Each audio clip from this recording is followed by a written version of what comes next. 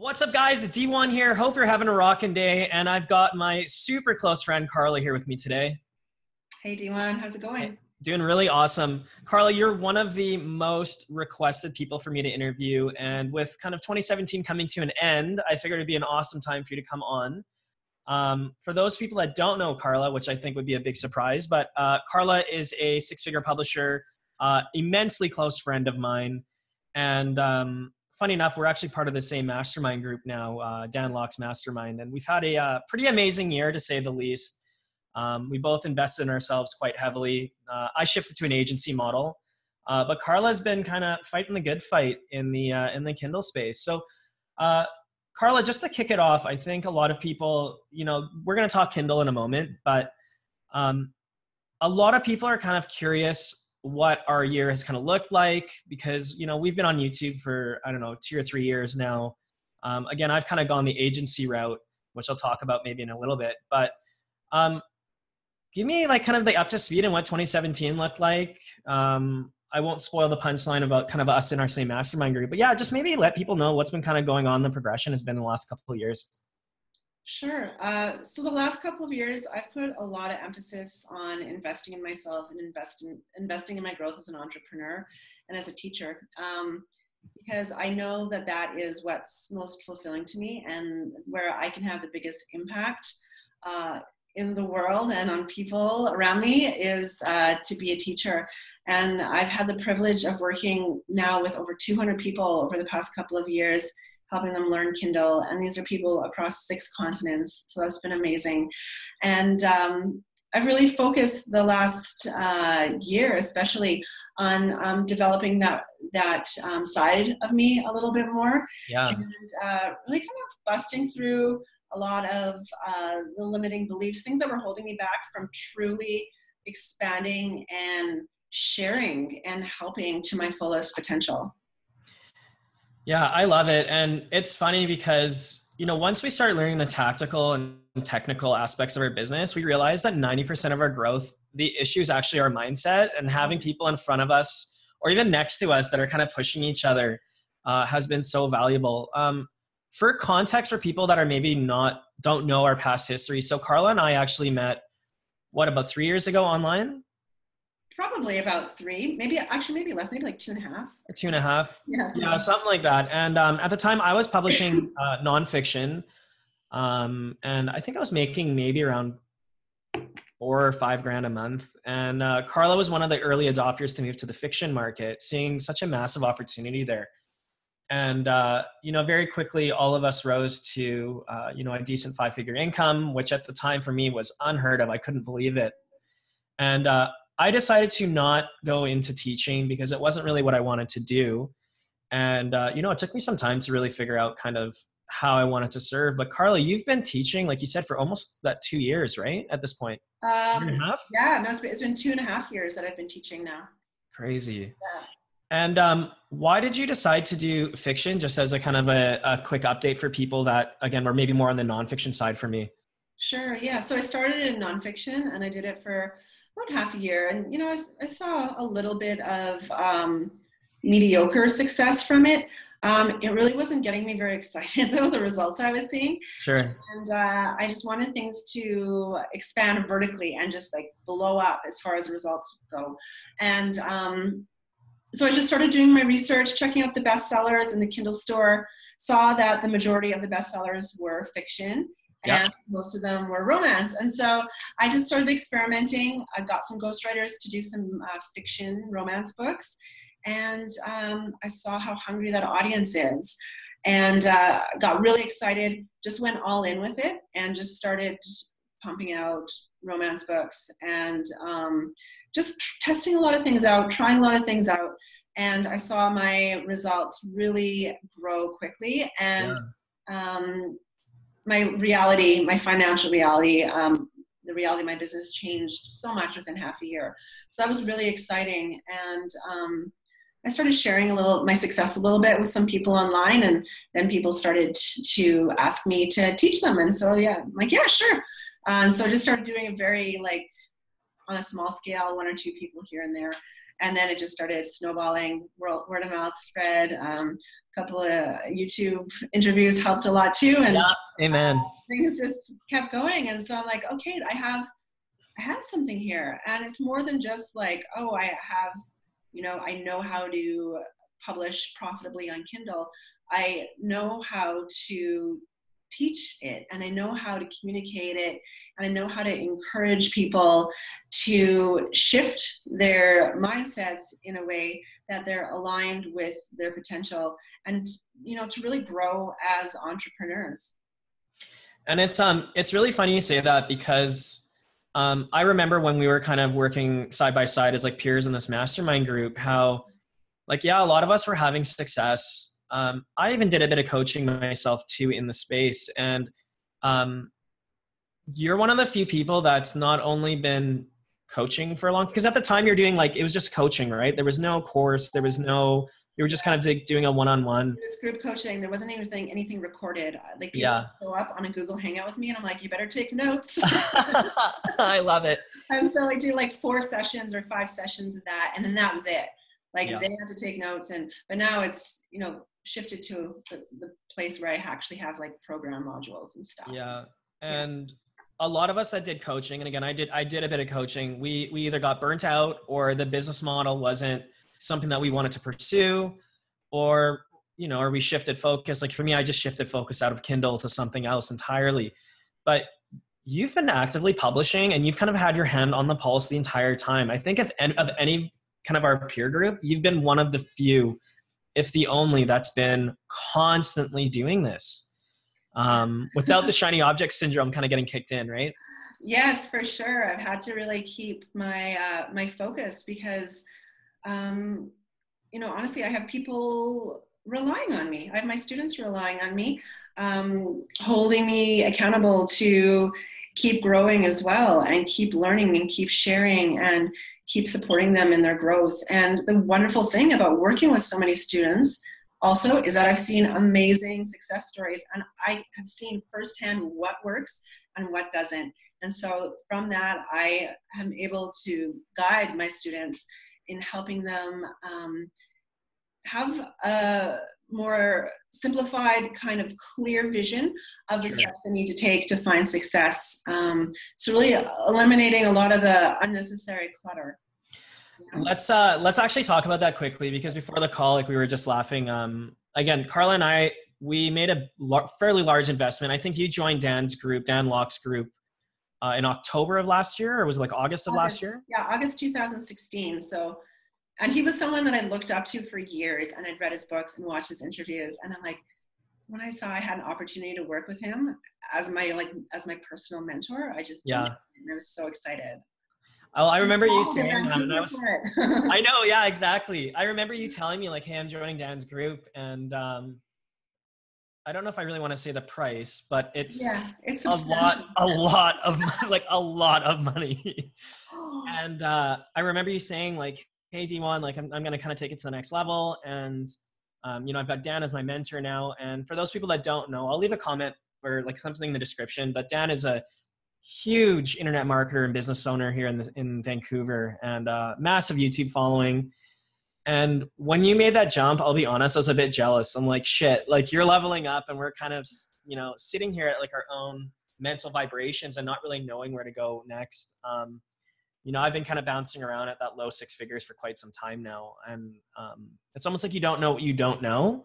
And to be able to be around higher level entrepreneurs, their mindset, I mean, it's amazing. So you actually brought me to Dan's kind of talk. It was, I guess, February? In January. Was it? January, February, I think. February. Early 2017. Yeah. And same thing. I was starstruck. I went in, and I remember Dan was talking about, narrowing your focus and focusing on the levers that actually make your business move.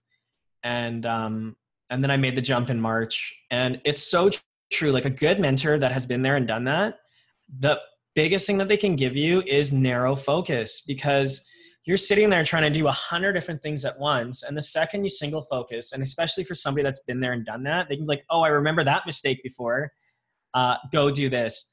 And I have to say, yeah, like Karla, your group and the way that you've been working with your group of being not just like a course teacher, but like kind of an active member of that community, kind of guiding people has been, yeah, it's been amazing. And again, I'm kind of inside your group, so I can kind of see the comments. Can you talk about why you know your group is going to be successful in 2018 and that kind of core community, and why the people within your course specifically are seeming to accelerate super fast? Again, maybe talking about that narrow focus. Sure. So what we focus on primarily in my program is developing a sustainable long-term brand. Right. Like, 100% is necessary now. A few years ago, not necessary. Like when I started doing fiction, it's like just throw up as many romance books as possible and just like let them go and you're earning money.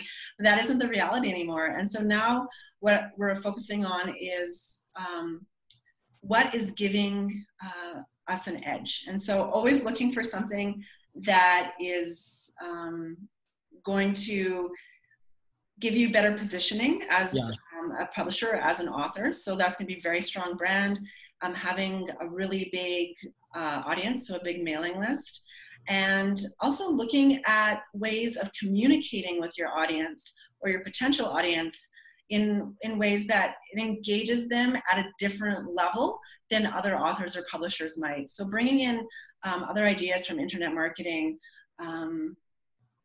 bringing in the idea that you want your audience to be understood, you just don't want to sell to them. You want them to feel understood. So a lot of these things are really subtle, but I try in my program to help people kind of shift the way they're approaching communication with their audience, and also, of course, making that audience absolutely huge. So, and a lot of my students are having great success with that. Like we're talking like over 10,000 readers within a couple of months, few months. And it's amazing, the opportunity out there right now. And so once you have that big audience, of course, you have to know how to engage with them, right? How to turn them into raving fans that are going to have an emotional, response to the books you're offering, and are going to be loyal and are going to buy and keep buying everything you put out, which is the wonderful thing about fiction, because that's what readers do, is they keep buying. So I'm going to ask you maybe a bit of a hard question here. A lot of us, especially once we've hit this kind of 6-figure mark, we're worried about scalability, right? And longevity is one of them, but scalability.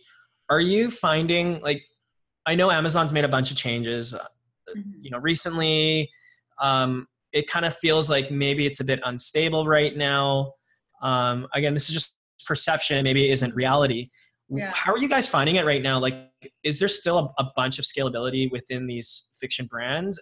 And are you feeling confident on, like, your foundation is set strong? Like, I know you've talked about brand development, you've talked about building an asset, but truthfully, it's like I'm still hearing people like scared to jump in because, Amazon is, it's a very platform dependent business, or like, Jeff tomorrow is going to turn off something and then we're all going to be screwed.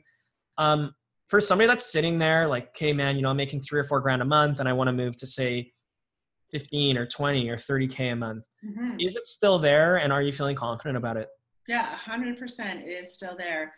You have to make sure that your foundation is in place. And so, of course, the most important thing would be that you have books that people want. So it has to be a niche that's profitable, and that you can reach more readers and build your audience much bigger, and then keep giving them what they want. So you have to keep having that consistency of publishing regularly, getting the word out there. And we have to let go of those things we can't control. And so, unfortunately, you can't control if Jeff Bezos is going to shut off the Amazon switch tomorrow. Right. Oh, no more Kindle store. Bye, guys. Don't worry about that. It's only growing and expanding still. And occasionally there's annoying glitches, but that's part of being an online business, and you have to stay flexible and adaptable. And over the past few years, I've had to adapt and, change my approach several times in order to stay relevant and to stay profitable and to stay kind of like ahead of whatever, whatever's going on. So if that makes you uncomfortable, like to be in a business where things can change at any moment and it's going to demand you to change with it, then being in online business in general probably isn't the best idea. But one great thing about using the process like what I teach is that you're building this audience which is separate from the Amazon platform. So, you have this list of 10,000 readers. Those readers are yours. You know what they want. You can keep communicating with them. You can keep selling to them. So even if something crazy happens, and Amazon shuts its doors. It just sounds so crazy to say that because we all know that's not going to happen. But you can always use that audience as an asset, and it's cool. A lot of my students now are reaching out to me, and it is an asset. They have something now where they're able to connect with other authors and publishers and leverage the size of their list. So they're connecting with these bigger authors who have bigger lists, and they're able to cross promote and do all these things that they can never do if they didn't have that asset, right? So did that answer your question? It did, yeah. Well, and actually it's, I think you just nailed something from a mindset standpoint. And it was the adaptability and the ability to stay, it's not even staying ahead. No. It's like, stop focusing on technical and start, it's like not even being abundant. I don't know how to explain it. It's just like, know the outcome you want. So in this case, if it's keeping your readers engaged and loving your brand, and don't be so attached to how you're doing it versus just getting to that outcome. And this is something that I had to let go of myself because, at the time, I still love helping people get their message out there in the world. I still enjoy, if somebody's got a passion, like how can I help them get it out there? But I hit a roadblock personally of there's only so much coaching I can do.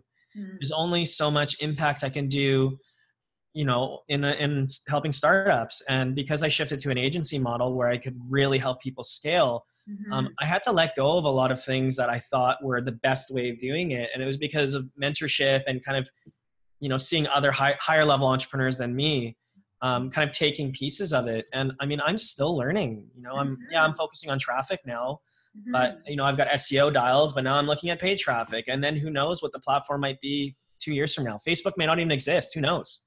I know, exactly.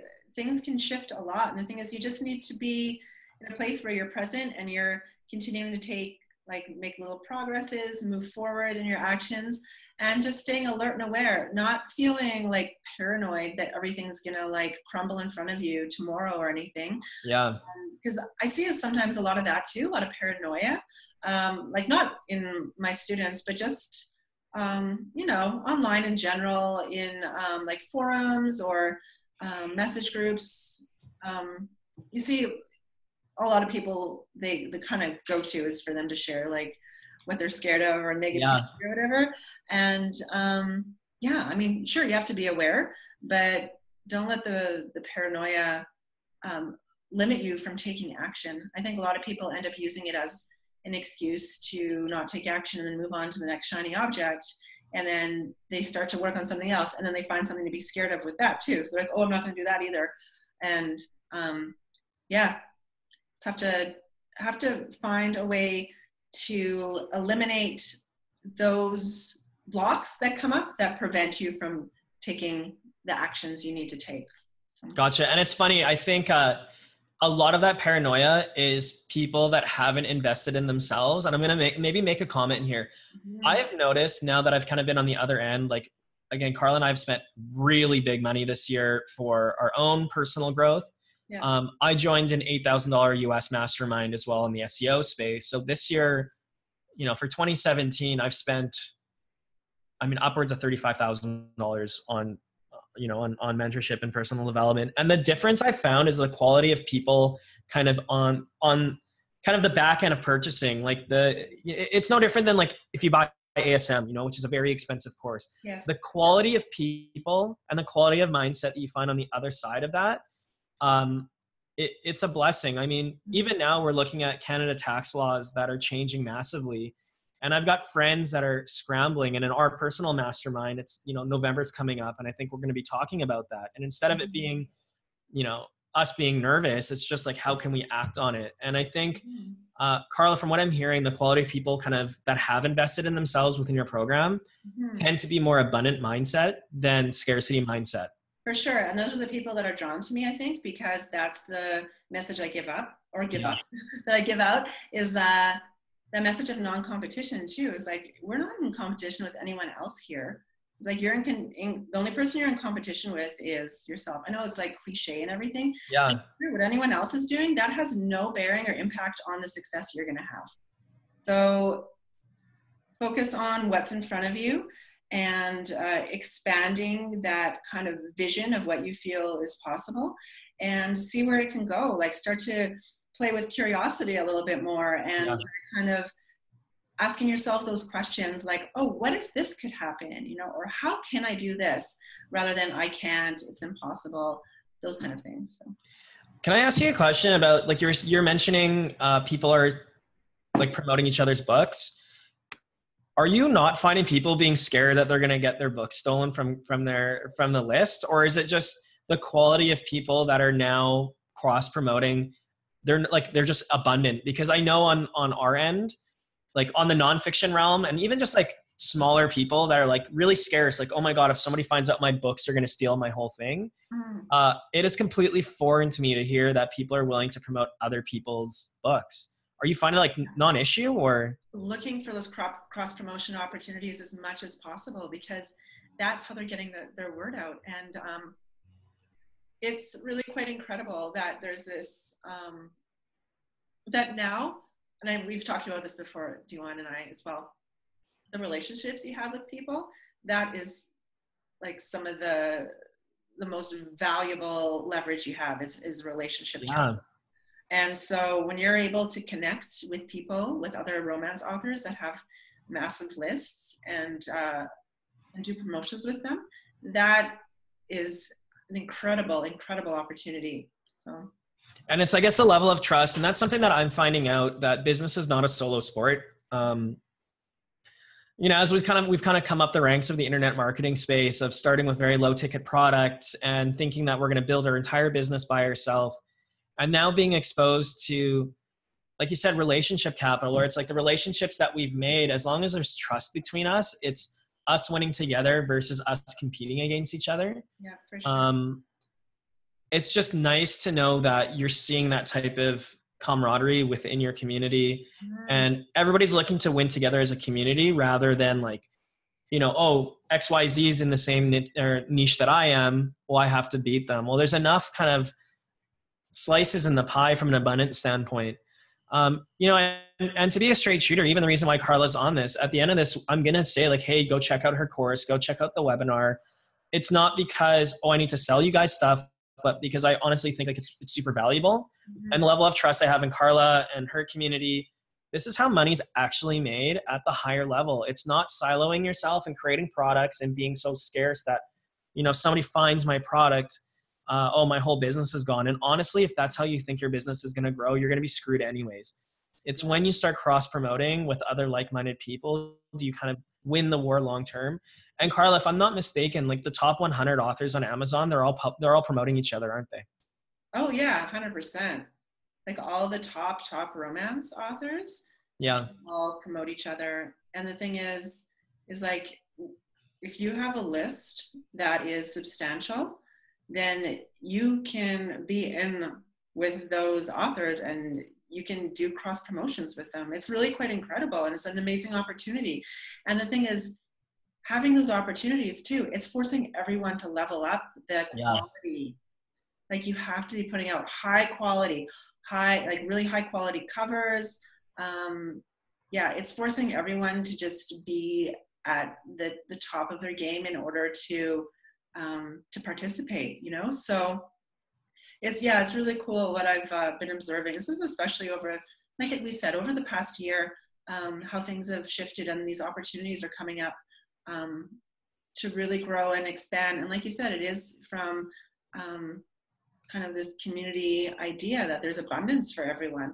And in truth, like with romance, people that want to read romance books, they're going to read and read and read and read. Unlike nonfiction, where people will read one book about, I know we said this before, like on other interviews or whatever, but coconut oil, Yeah. coconut oil book, and then, or one paleo book or whatever.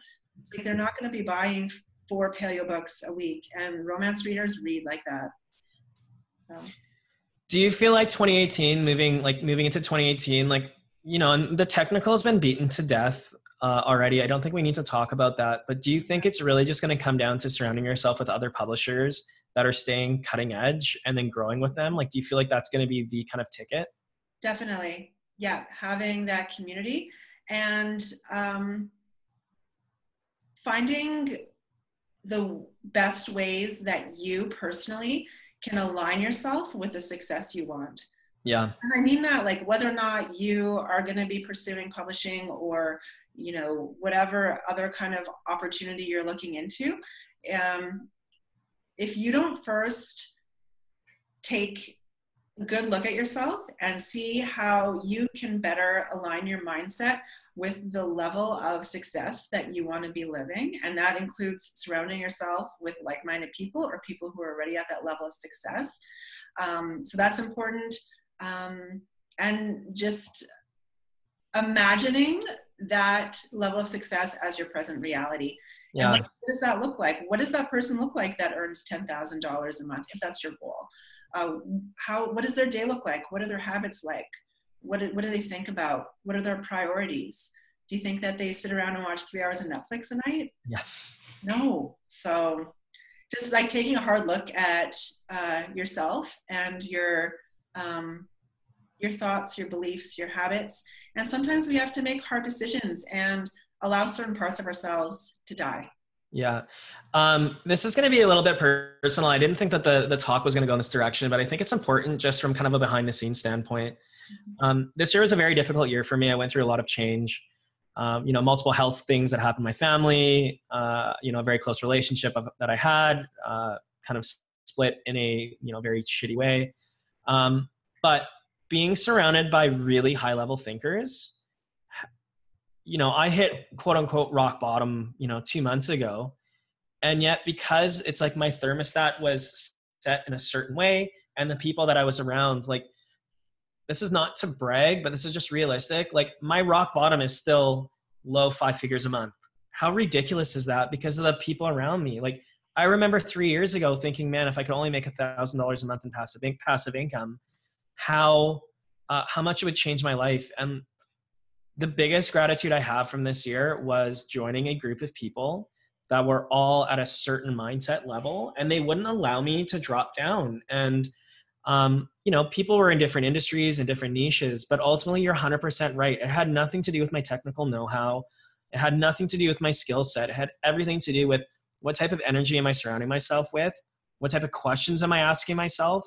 And the quality of questions that I'm hearing other people ask themselves. And I think that has been the most invaluable lesson this year. You know, as I continue to grow, if it's going to be a 7 or 8 or 9, I don't even know what the income level is going to be. The number one thing is I need to be surrounded by people that are asking quality questions, and then reflecting those back into my life. So, amen to that. What about you, Karla? Like, you know, this year, outside of the you know, your coaching and seeing your kind of student success, what has been kind of the biggest mindset shifts for you, and how have you kind of related it into your life? I've realized how important focus is and clarity. And I know that's everyone has heard that a million times. Yeah. But I've really taken that and integrated it now, that I am letting go of anything extraneous that isn't important, that is a waste of time, and doesn't benefit me in any way. So a lot of that is looking closely at what my habits are and shifting them and changing them. I kept on feeling like this was something that was limiting before, as I always had this limiting belief that I didn't have enough time for anything. I don't have enough time. Then I looked at how I was actually spending my own time. And I spent a lot of time thinking about things that either weren't important or I was thinking about them and not taking action on them, like just staying in that kind of like thought process, kind of like Yeah. procrastination, but and also spending too much time checking emails, checking Facebook, doing that kind of stuff. And so just started to cut away at it, making things more focus my time. I focus a lot on mindset development now, in general. And it's always been important to me, but now I spend about 2.5 hours a day focused on developing mindset and like conditioning and programming my mind. So I'm aligned with success, aligned with abundance. And that just makes everything clear. Then when I go to approach my businesses, that kind of stuff, I'm able to identify the right actions much faster, and I'm able to identify what needs to be cut away. Yeah, and self-care. Self-care is huge. Making sure that I am feeling as good as I can in my body. Yeah. That this is our business, us in these bodies. 100%. That's your business. You have to take care of that, because that is the foundation of your business. And it really is amazing once you decide, like I decided, decided probably about a month ago that self-care is my absolute number one priority. Like if I'm going to do something, it's going to be, if I have time and I have to do something, of course, if there's something like super pressing work-wise, I'll get it done. Yeah. But I have to get my meditation in. Working out, been working out every day, listening to, I walk my dog, I listen to a mindset audio. If I'm cleaning, doing the dishes or whatever, I have the audio in, and reading things that are, like I said, conditioning my mind, programming my mind, not leaving myself open to fall back into any limiting beliefs or bad kind of thought habits. So Gotcha. Really conscious about that. Yeah. And I mean, I know this maybe sounds woo-woo, but I think maybe 80% of my conversations, even if it's with you or other entrepreneurs at kind of the level that we're at now, we're only almost all talking mindset and trying to elevate all of our mindsets past it. So are you finding like this is a common topic now that you're finding within your group? Like, are you guys talking more mindset than technical? Obviously the technical is there and you guys are all staying upbeat, but what are you seeing like the people talking about kind of in that, 8 to 10,000 trying to scale to say $20,000 to $30,000 a month? People are looking at ways to be more productive. And again, that comes down to mindset a lot of the times and getting clarity, right? So like in my program, I do live calls every 2 weeks, and the calls have gotten pretty mindset heavy, and people have been really receptive to that. Sure. And I'm really getting a lot out of it. So I'm always going to have a lot of that emphasis in my program. And of course, there's a lot of technical stuff happening in there too, because that's what my program is. I'm showing you how to publish profitably in romance. So there's going to be all the technical how-to stuff, but I also have a very heavy focus on the mindset, and also that allows me to narrow down the most important actions in the business and give a lot of clarity as to what to do step by step without a lot of extraneous stuff, because I've taken some other programs too where there's just too much. It's sure, you can be success if you have all these different things that you can do, and there is a lot of potential in a lot of different activities, but I've tried now to have it as focused as possible. But one thing I want to encourage so much with my students is, and you'll probably agree with this, as one of the most foundationally valuable traits as an entrepreneur is resourcefulness, right? Yeah, 100%. Yeah. You guys have to be resourceful in whatever you're doing. So I lay out a process. I give you the guidance you need. I will help you with the mindset, but it's going to be you who is going to take that, implement it. And also dive deeper into something. You're like, oh, I really want to become a master at, you know, some aspect of the process. Dive deep and be resourceful and just go for it. So I strive to be a really effective leader in the program, and encourage people to like rise up to that best version of themselves, basically. So let's, I'm going to be a bit aggressive here on this. So there will be an invitation at the end of this call to join a webinar. Karla and I are doing a live webinar. I think, what's today right now? Today is the 11th. So 4 days from now, or whatever it is, 5 days from now, we'll have a live webinar. We'll be answering kind of questions and answers about your program. I personally think that it's a super valuable program. And more importantly, it's because you are active as a teacher in there. And, you know, we talked about tactical versus mindset. The tactical is in there. We know it's in there. I don't need to beat around the bush. I'm not here to BS anybody here on my channel or my audience.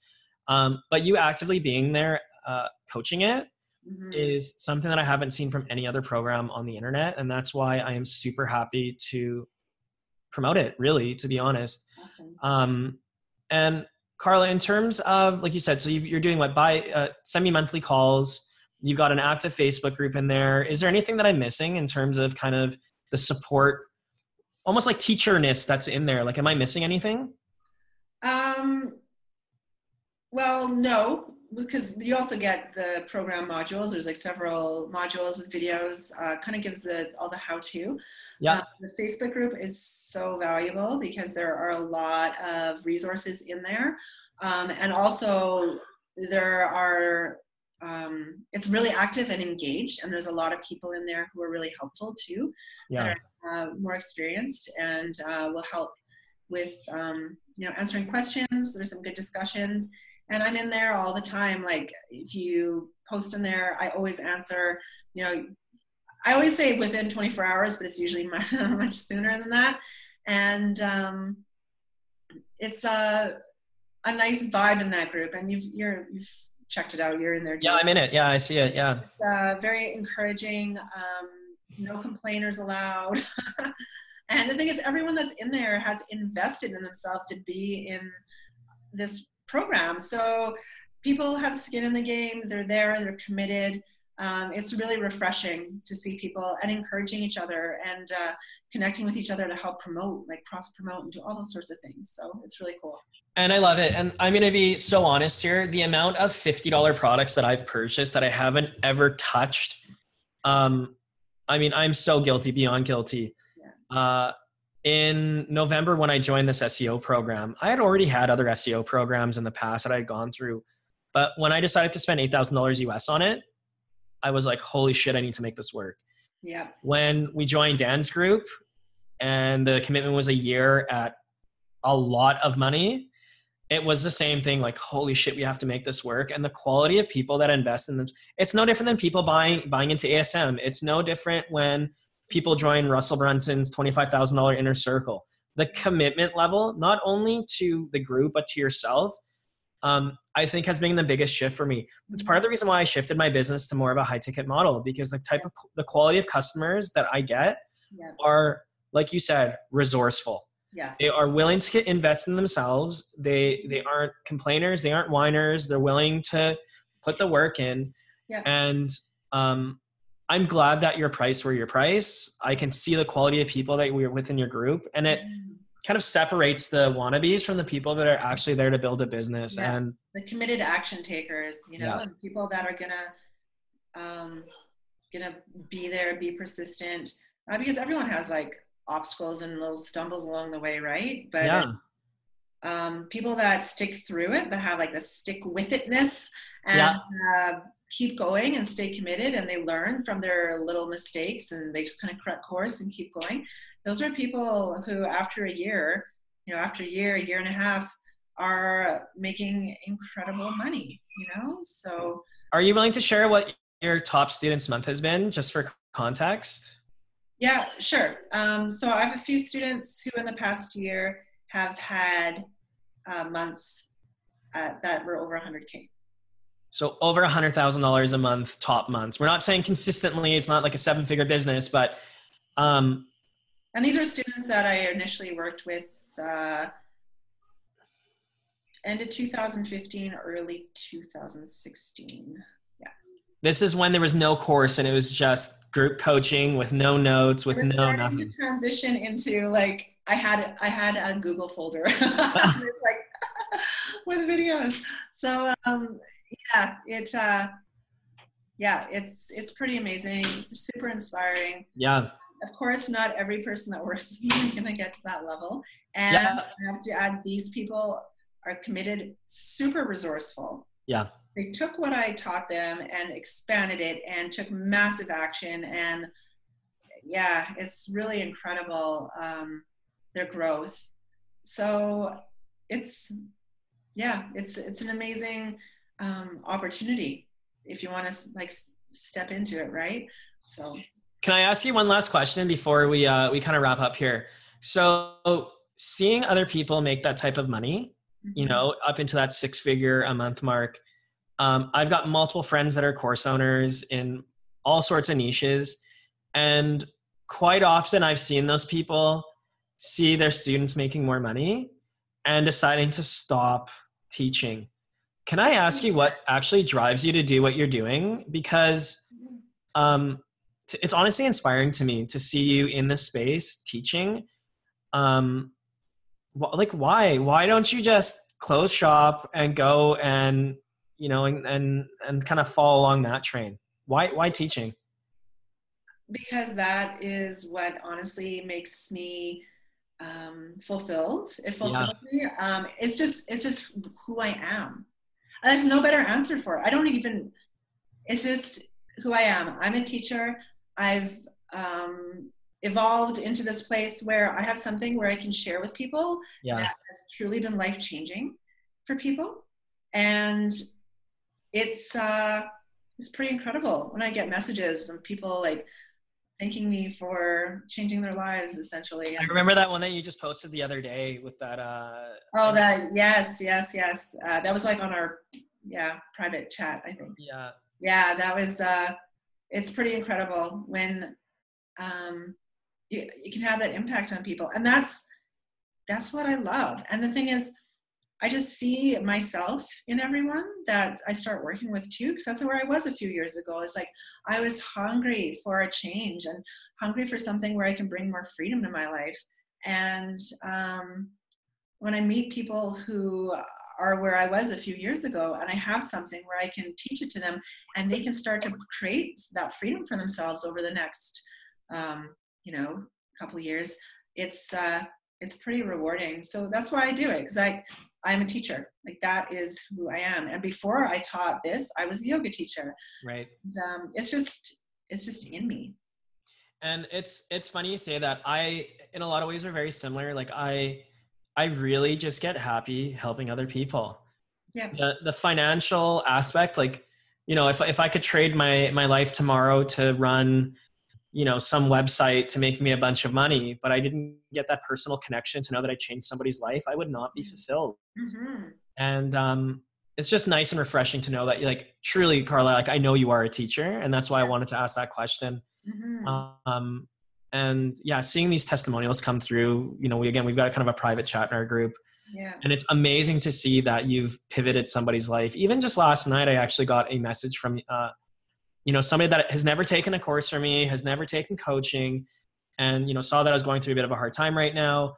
And he messaged me and just said, thank you so much for doing stuff like this, like just putting out content, because you've completely transformed my life. And, you know, if I die tomorrow, it's not because, you know, I'm not going to look at my life of like, oh, I've got a cool car or a cool house or any of that. It's, what will people say about me, you know, and like kind of what's my legacy, and that drives me. And I know that drives you as well. So 100%. Yeah. And I encourage, some people too I've worked with, they've come and they've been in my program, they've had some success, but then they've moved on to other online businesses. But me giving them like first glimpse into the online world allowed them to go on and discover other things that they're wildly successful at now, you know? So I regularly meet with one of my previous students in Vancouver, who's an incredible incredibly successful entrepreneur who isn't publishing anymore, but he's always like very grateful for me as his first mentor, you know, because I introduced him to the online world. And yeah, it's pretty amazing. I love impacting people that way. Just showing them something a little different, something beyond what their current reality is, kind of something a little bit outside of there that they can expand into. Yeah, that's what I love it. So what we'll do is there will be a webinar link somewhere here. If you see it after the 15th, it will be a replay. I'm not going to lie and say that we're going to be on there every Wednesday. You know, after the 15th, it will be a kind of auto webinar. Yeah, maybe in the description too, there'll be a link. Yeah, it'll be like in the description, and we'll kind of have it here. I'm putting 100% vote of confidence in what you're doing right now, so that's why I wanted to have you here. And if you're open to it, I'd love to do a product review too. Maybe I can kind of get behind the dashboard and kind of share, without giving away too many secrets, I guess, kind of what the back of the dashboard looks like. So you guys can probably expect that within a week. Karla, any other last words, kind of mindset, entrepreneurship? I know we've talked Kindle a bit, but for people that are out there right now that they're making a bit of money, what advice do you have to give to them? Like as far as they're already making money with Kindle? Yeah, just like a little bit of money, because, you know, like there are people that have made maybe $300 to $500 to $1,000 a month, but they don't really feel like they have a business yet. Yeah. And, you know, shiny object syndrome's kind of hitting them. Just advice in general. Sure. Look at what's working in your business and focus on those things and expand them as much as possible. And grow your audience as much as you can. Grow your visibility. Really focus on your brand and think about how readers are perceiving your brand. That would be my biggest advice on the actual like practical kind of side of things. Yeah. And on the mindset side of things, the same kind of goes for yourself. Like look at who you are and who you want to be, who that person is you want to be, and focus on feeling that result you want right now. Yeah. What does that feel like? Is it satisfaction? Is it freedom? Is it elation? And bring those qualities into your life right now and feel them now. Like don't wait for something else in the future to happen before you can be happy. Like get happy now. Yeah, I'm glad you said that. Like getting externally verified to make yourself feel like you've made it as an entrepreneur is the biggest lie and the biggest way to lead to burnout. I've faced it already. I think you faced it as well in certain parts of your life. Acting from abundance instead of scarcity. So don't feel like, hey, when I hit that 10K a month, I'm going to feel fulfilled. Like be fulfilled, fall in love with the process, find other people that have an active process that's already working, and then just focus on executing on that process, fall in love with it. It's like, you know, if you're a baker, fall in love with baking bread. Don't fall in love with the outcome of the bread that you make, and you're just going to get better and better every day. You know, our mentor tells us to do the push-up almost, right? Just focus on that outcome, know what the outcome is, but fall in love with that process and you should be fine. Yeah, exactly. And trust the process. Yeah. Like know that you have this vision and this place you want to be, and then trust that you're exactly where you need to be right now. Yeah. That every action you're taking, that you're progressing and growing towards that goal, it's helping you out. Whether or not it is a success or a failure, it's going to help you correct course, and you'll keep making progress towards where you want to be. And I mean, the truth is, and then you get to where you want to be, you're like, yay, okay, next thing. 100%. Right? So it's always, and that's the thing, is like, you're never going to get everything completely done. Things are always going to be growing and moving, and you're going to have new desires, new things you want. And so just enjoy the process, you know, because I don't know. I remember like one of my major goals was to get to $10,000 a month. Like that's a huge milestone for people, right? Yeah. You get to $10,000 a month, you're like, okay, cool. Yay. I'm so excited. Then you're like, okay, so now what's now? And you just keep growing, right? You keep moving and kind of keep like exploring possibilities. And yeah, it's cool, but we never get it done, and we're never going to have everything 100% right. you know, even if we think it is, you know, so. Yeah. And that's why I fall in love with the process, I think, is the actual key, instead of like, oh, when I make it, because yeah, you'll just keep stretching and never be happy. So I love it. Karla, thanks a ton. We touched on a lot of awesome topics. I'm glad we talked about mindset too, because I think a lot of people want to know like what's going on in our world, like what we're actively thinking about. And it's funny, like we're surrounded by people that are doing 7 figures a month and, you know, that are in our peer group. And the only thing that seems to keep coming up is mindset stuff. And if you can get yourself surrounded by a group of people that are talking mindset, that still have the technical in place, you know, the sky's the limit. And again, I know that your community is that, Karla, and that's why I wanted to get you on here today. So thanks so much. I will, I'm going to let you go. And again, I'll leave a kind of link somewhere in this area, depending on how YouTube wants to do it. Yeah, we'll sign up for the webinar. You guys can go and take a look at her program, and just get out there and crush it. There's a huge opportunity on Kindle still. It's not going anywhere. And Karla, I think you're the top teacher for it. So thanks again. Awesome. Thanks so much, Diwan. Yeah, cheers. Okay. Talk to you later.